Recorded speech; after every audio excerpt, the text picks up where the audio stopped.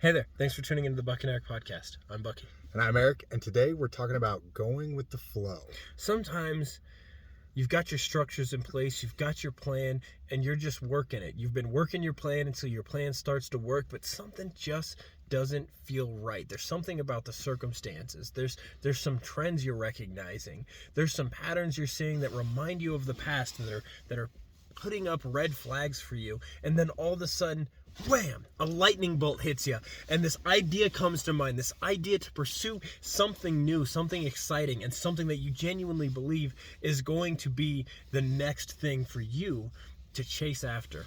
Definitely. And it's a serious trade-off because you hit a fork in the road, and there's a part of your brain that's going to say, I'm 3 feet from gold. And you might be, but there's another part of the brain that's going to say, but this opportunity is even shinier.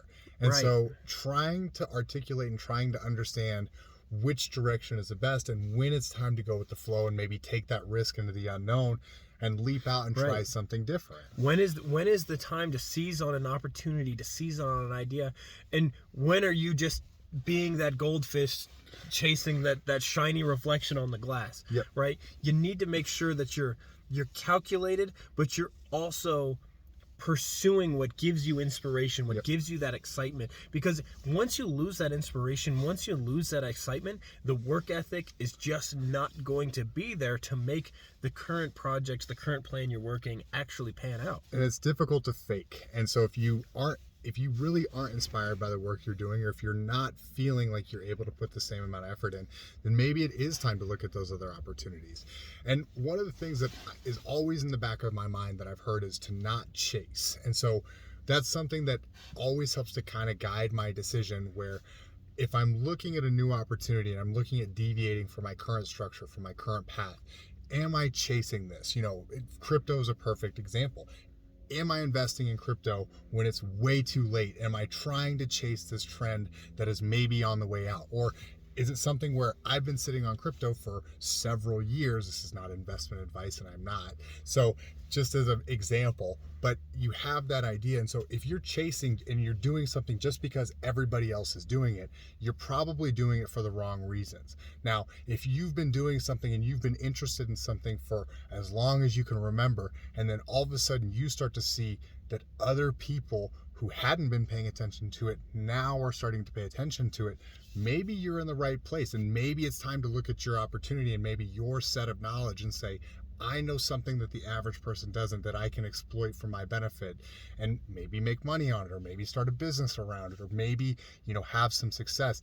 And that would be an opportunity to then reach out and maybe deviate from your current structure and seek that other vein of gold. I hate the word exploit, but maybe utilize. And, I think about this because an opportunity comes up to pursue one path, and they take it, and then they say, gosh, I've only been doing this for a short amount of time. Like, I shouldn't deviate from this. I really need to stick with one thing for a long enough time to make that bear fruit.